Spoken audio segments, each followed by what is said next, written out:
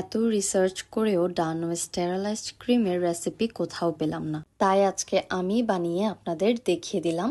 ডানো ক্রিমের সুগন্ধ আর টেক্সচার দেখে আমি নিজেই বিশ্বাস করতে পারছি না এটা কোনো কিনা ডানো ক্রিম নয়। আর এই ডানো ক্রিম বানানোর জন্য লাগবে ক্লিন কাচের জার। প্রথমেই আমার লাগবে 1 লিটার ফার্ম এর গরুর দুধ।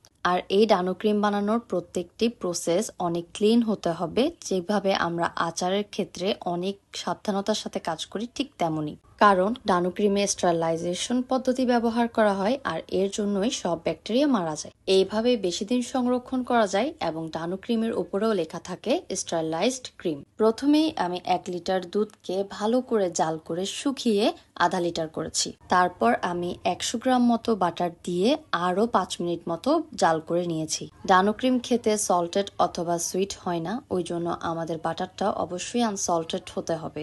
আমি অনেক ডানো ক্রিম নিয়ে কমেন্ট পাই, সেজন্য আমি চিন্তা করেছি ভালো একটা ডানো ক্রিমের রেসিপি যদি আপনাদের সাথে শেয়ার করি তাহলে ডানো ক্রিম নিয়ে আপনাদের সব সমস্যার সমাধান হয়ে যাবে। আমি ভিডিওতে কোনো কিছু স্কিপ করে যাইনি, সেজন্য আপনারা অবশ্যই পুরো ভিডিওটা দেখবেন, তাহলে প্রসেসটা একদম ক্লিয়ারলি বুঝতে পারবেন।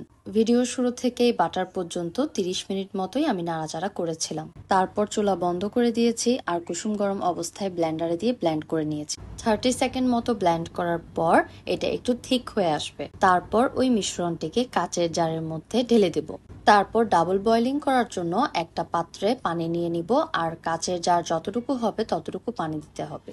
আমি কোনো প্রেসার কুকার ইউজ করিনি, জাস্ট আলতো করে ঢাকনাটা রেখেছিলাম কারণ হাইটের জন্য। 30 মিনিট মতো বয়েল করে আবার ডেক্সিতে নিয়েছি। তারপর আধা চা চামচ মতো কর্নফ্লাওয়ার স্লারি দিয়েছি। এইখানে কালার চেঞ্জ হয়ে যাওয়ার কারণ হচ্ছে ডাবল বয়লিং মেথডটার কারণে।